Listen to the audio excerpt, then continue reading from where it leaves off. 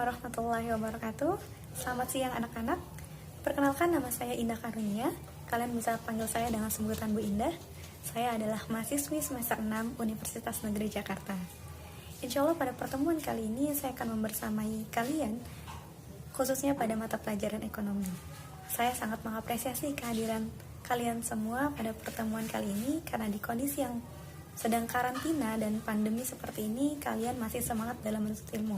Semoga semangat-semangat seperti ini yang terus tertanam pada diri kita sebagai seorang pembelajar, sebagaimana balasan yang begitu mulia dari Allah terhadap orang-orang yang menuntut ilmu, yaitu ditinggikan derajatnya, juga didoakan oleh makhluk-makhluknya di darat, di laut, dan di udara. Baik, insya Allah kita akan mulai masuk ke bahasan kita pada pertemuan kali ini, yaitu mengenai kebijakan moneter dan kebijakan fiskal. Kebijakan moneter dan kebijakan fiskal merupakan dua kebijakan perekonomian di Indonesia. Nah, pada pertemuan kali ini insya Allah kita menggunakan media pembelajaran berupa PowerPoint dan metode pembelajaran berupa diskusi, metode ceramah, dan juga metode problem based learning. Seperti itu. Baik, sini ada tujuan pembelajaran. Pertama, pengertian kebijakan moneter. Yang kedua, tujuan kebijakan moneter. Yang ketiga, instrumen kebijakan moneter. Yang keempat, pengertian kebijakan fiskal. Yang kelima, tujuan kebijakan fiskal. Kemudian yang terakhir ada instrumen kebijakan fiskal. Baik, pengertian kebijakan moneter. Kebijakan moneter adalah kebijakan yang dilakukan pemerintah untuk mengatur perekonomian melalui peredaran uang dan tingkat suku bunga. Dalam sistem perekonomian Indonesia, kebijakan moneter dijalankan oleh Bank Sentral atau Bank Indonesia. Di sini ada kata-kata yang fontnya dibedakan warnanya ya. Ini menandakan hal-hal yang menjadi dasar pokok dari kebijakan moneter, yaitu peredaran uang dan suku bunga, kemudian Bank Sentral atau Bank Indonesia sebagai pelaku dari kebijakan moneter. Hal ini juga yang membedakan antara kebijakan moneter dengan kebijakan fiskal. Seperti itu. Nah, selanjutnya ada tujuan kebijakan moneter. Yang pertama, mempertahankan iklim investasi. Seperti yang kita ketahui bahwa investasi merupakan salah satu sektor yang berpengaruh terhadap perekonomian Indonesia. Maka sebagai salah satu kebijakan perekonomian, wajib untuk mempertahankan iklim investasi yang ada di Indonesia. Kemudian yang kedua, memperluas kesempatan kerja. Nah, ketika iklim investasi di Indonesia mampu distabilkan, hal ini akan berdampak baik terhadap terbangunnya proyek-proyek yang berpotensi untuk menghasilkan barang dan jasa, seperti itu. Nah, dalam prosesnya tentunya memerlukan tenaga kerja, sehingga hal ini dapat memperluas kesempatan kerja. Kemudian yang ketiga, menciptakan pertumbuhan ekonomi yang tinggi. Ketika masyarakat Indonesia sudah memiliki lapangan pekerjaan, maksud saya memiliki lapangan pekerjaan yang luas gitu ya, hal ini akan mengakibatkan terserapnya jumlah angka pengangguran, seperti itu, sehingga pendapatan per kapita akan naik dan pendapatan nasional juga akan meningkat dan akan berimbas kepada pertumbuhan ekonomi yang semakin membaik. Kemudian memperbaiki kondisi neraca pembayaran. Nah, kebijakan ekonomi moneter ini dapat memicu untuk meningkatkan ekspor, kemudian menurunkan impor. Dengan adanya sektor-sektor yang berpotensi untuk menghasilkan barang dan jasa, maka Indonesia dapat menghasilkan atau memenuhi kebutuhan dalam negerinya, bahkan bisa melakukan ekspor, seperti itu. Nah, ketika ekspor lebih besar daripada impor, hal ini akan berakibat baik untuk neraca pembayaran dan akan berpotensi mengalami surplus. Kemudian menjaga kestabilan kurs mata uang. Nah, ketika kegiatan ekspor dan impor ini mampu dikendalikan, maka dapat mengakibatkan atau dapat berdampak adanya penguatan dari kurs rupiah terhadap dolar, seperti itu. Kemudian menjaga kestabilan harga barang dan jasa. Seperti yang kita ketahui bahwa moneter ini sangat erat dengan peredaran jumlah uang. Nah, peredaran jumlah uang ini akan berpengaruh juga terhadap kestabilan harga barang dan jasa yang ada di pasar. Kemudian menurunkan laju inflasi. Nah, dengan adanya kontrol terhadap harga barang dan jasa dan juga jumlah peredaran uang, hal ini akan menurunkan potensi tingginya laju inflasi. Seperti yang kita ketahui bahwa laju inflasi sesungguhnya adalah sesuatu hal yang wajar ya dalam perekonomian. Jika inflasinya tinggi, maka itu akan berdampak baik. Maksud saya jika inflasinya tinggi, justru itu akan berdampak buruk terhadap pertumbuhan ekonomi. Tapi sebaliknya, jika inflasi rendah, maka akan berdampak baik. Selanjutnya, ada instrumen kebijakan moneter. Nah, instrumen kebijakan moneter ini ada dua, yaitu kuantitatif dan kualitatif. Kuantitatif yang pertama adalah melakukan operasi pasar terbuka, yaitu dengan memperjualbelikan surat-surat berharga yang dimiliki oleh BI. Contohnya gini, kalau misalnya di masyarakat itu jumlah uang beredarnya banyak, maka BI akan melakukan penjualan terhadap surat-surat berharganya. Jadi, ketika surat-surat berharga BI ini ada yang beli, maka uang dari masyarakat akan masuk ke BI sehingga jumlah peredaran uang akan menurun. Dan sebaliknya, jika peredaran jumlah uang di masyarakat ini rendah, maka BI akan membeli surat-surat berharga yang ada di pasar modal sehingga akan terjadi perpindahan peredaran uang dari BI ke masyarakat sehingga peredaran uang di masyarakat akan bertambah. Kemudian yang kedua, merubah tingkat suku bunga diskonto. Hal ini bertujuan untuk mengatur peredaran uang melalui bank umum. Jadi ketika BI melihat adanya jumlah peredaran uang yang besar dan melebihi kebutuhan dan dinilai akan berpotensi gejala inflasi gitu, maka BI akan menaikkan suku bunga kepada bank umum, sehingga bank umum juga menaikkan suku bunga, sehingga hal ini dapat memicu orang-orang untuk mau menabung seperti itu karena suku bunganya sedang tinggi seperti itu, sehingga ketika orang-orang menabung, jumlah uang beredar di masyarakat akhirnya menurun.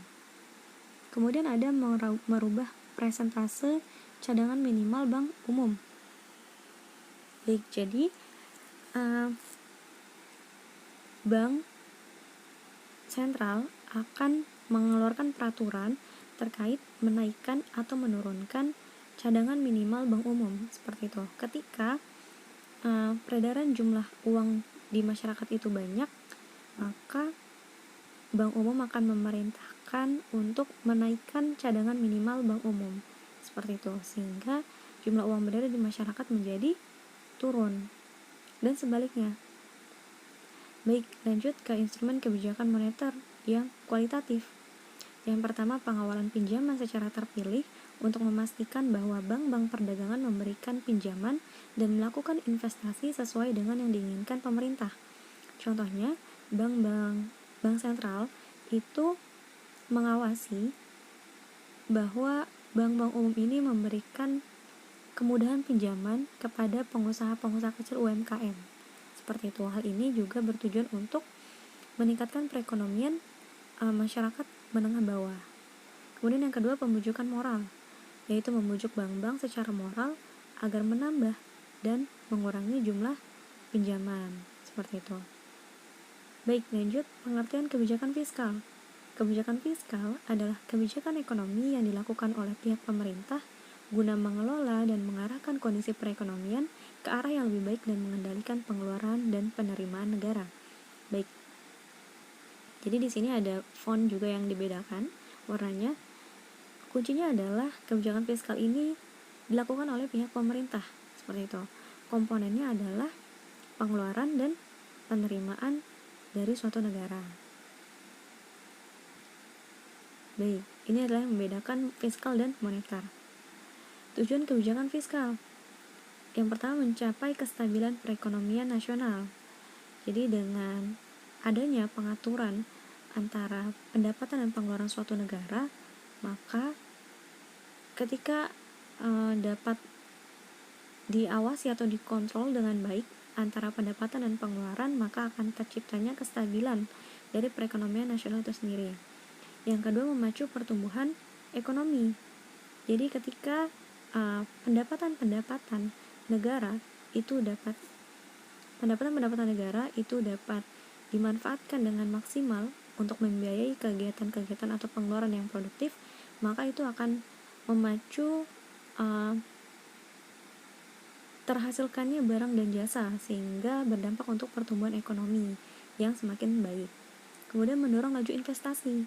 Seperti yang kita pahami di awal bahwa investasi merupakan salah satu sektor yang cukup berperan dalam perekonomian Indonesia, maka sebagai salah satu kebijakan ekonomi, kebijakan fiskal harus mendorong laju investasi itu sendiri. Kemudian membuka kesempatan kerja yang luas. Seperti itu. Jadi kebijakan fiskal ini adalah salah satu pendapatan negara itu adalah pajak. Dengan adanya pajak, maka pemerintah dapat menyelenggarakan barang-barang publik yang tidak bisa diselenggarakan oleh swasta, namun dibutuhkan oleh masyarakat, seperti itu. Nah, dalam proses pembangunan barang-barang tersebut, salah satunya itu tentunya dapat menyerap angka pengangguran gitu, dapat membuka kesempatan kerja yang luas bagi masyarakat Indonesia. Kemudian akhirnya berdampak juga untuk mewujudkan keadilan sosial dengan adanya pembayaran pajak, yang mana pajak ini adalah kontribusi yang dilakukan oleh warga negara kepada negaranya, walaupun mendapatkan balasan yang tidak langsung gitu ya, karena memang pajak ini diperuntukkan untuk nasional, seperti itu. Nah, dengan adanya pengadaan barang-barang publik akan meningkatkan pemerataan atau akan menurunkan kesenjangan dari ekonomi. Contohnya gini, adanya pembangunan jalan-jalan raya baik di daerah maupun di kota. Nah, hal ini tentunya dapat mempermudah akses transportasi wilayah, seperti itu, dan akhirnya dapat mewujudkan keadilan sosial, juga merupakan salah satu wujud dari pemerataan dan pendistribusian pendapatan, seperti itu. Nah, lanjut juga dengan mengurangi angka pengangguran. Ketika pendapatan dan pengeluaran negara dapat dikontrol dan dapat disinergikan dengan maksimal gitu ya, maka pengeluaran-pengeluaran yang dibiayai oleh pendapatan negara justru bukan menjadi suatu hal yang konsumtif, melainkan menjadi sesuatu hal yang produktif, salah satunya untuk membuka lapangan pekerjaan, atau juga didorong dengan sebelumnya itu investasi gitu ya. Nah, ketika kesempatan kerja semakin terbuka luas, maka akan mengurangi angka pengangguran di Indonesia dan akan meningkatkan pendapatan per kapita, seperti itu. Nah, selanjutnya ada menghindari inflasi atau melakukan stabilitas terhadap harga barang dan jasa. Itu merupakan tujuan-tujuan dari kebijakan fiskal. Nah, ini ada instrumen kebijakan fiskal, yaitu pendapatan negara berupa pajak dan pengeluaran negara berupa APBN. Nah, pajak itu kan juga banyak gitu ya bentuknya, ada bea cukai, ada pajak bumi bangunan, pajak penghasilan, kemudian pajak pertambahan nilai, seperti itu. Nah, itu adalah sumber-sumber pendapatan negara, yang mana ketika pihak pemerintah melihat kondisi perekonomian dari Indonesia, maka pemerintah dapat mengambil kebijakan apakah menurunkan tarif pajak atau menaikkan tarif pajak, seperti itu. Kemudian juga pengeluaran negara atau APBN. Nah, dalam merancang pengeluaran negara tentunya tidak boleh tidak berdasarkan data-data atau tidak berdasarkan kondisi yang terjadi di lapangan gitu. Ketika merancang sebuah anggaran belanja suatu negara untuk periode tertentu, maka tentunya hal ini dapat menjadi salah satu tolak ukur apakah pembiayaan yang dilakukan negara dalam suatu periode waktu tertentu itu merupakan pembiayaan yang produktif atau justru pembiayaan yang konsumtif seperti itu. Nah, ini dapat dilihat dari laporan dari APBN di tahun sebelumnya dan diperbaiki harusnya di tahun berikutnya atau di tahun berjalan seperti itu. Baik, karena tadi kita sudah banyak ya membahas tentang materi, maka mari kita refresh. Silakan anak-anak buka quizizz.com di HP masing-masing. Kemudian masukkan kodenya 771218. Seperti itu. Nah, nanti untuk kalian yang menjadi pemenang, insya Allah akan ada reward berupa saldo OVO sebesar Rp20.000 dari Ibu. Baik, silakan join. Nanti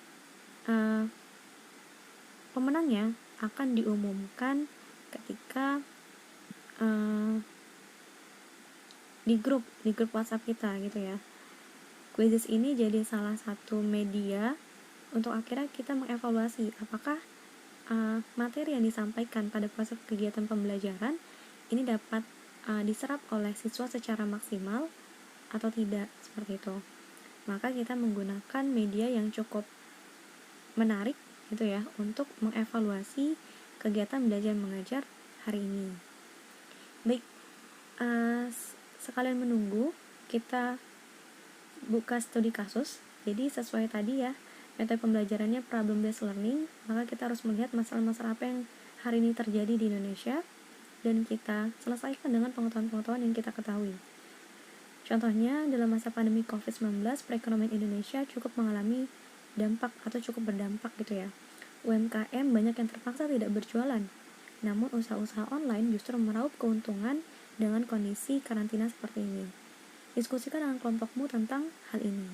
Baik, jadi silakan kalian membentuk grup diskusi, satu kelompok 3 orang, kemudian mendiskusikan tentang studi kasus hari ini, seperti itu. Karena yang kita ketahui bahwa perekonomian Indonesia atau bahkan perekonomian dunia itu berpotensi untuk mengalami resesi ekonomi, seperti itu. Nah, karena kita sedang membahas tentang kebijakan ekonomi, yaitu fiskal dan moneter, silakan kalian diskusikan kebijakan mana yang efektif untuk mengatasi problem yang hari ini ada di perekonomian kita, seperti itu. Nah, silakan dikerjakan di Word dan nanti kalian kumpulkan di Google Classroom. Nah, ini di Google Classroom. Jadi nanti kodenya CZ5CDK7. Silakan boleh di screenshot. Baik.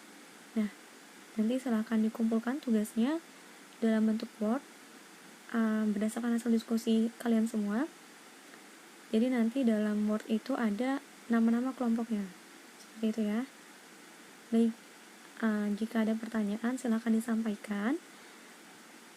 Pesan dari saya, tetap semangat dan jaga kesehatannya, karena di masa pandemi seperti ini, di masa karantina seperti ini, kita tidak disuruh untuk berlibur gitu ya anak-anak, tapi justru kita dalam rangka untuk memutus rantai penyebaran coronavirus disease 19, seperti itu. Maka harapannya tetap dijaga semangat-semangat untuk melakukan kebaikan dan dilaksanakan protokol-protokol kesehatan, seperti itu. Kalau ada pertanyaan nanti silahkan ditanyakan di grup atau by PC ke saya, dan nanti quiznya akan kita mulai dan pemenangnya akan diumumkan di grup. Baik, sekian materi kita hari ini. Semoga dapat bermanfaat untuk kehidupan kita ke depannya. Saya mohon maaf apabila ada kekurangan. Semoga di lain waktu kita ketemu lagi. Wassalamualaikum warahmatullahi wabarakatuh. Selamat pagi.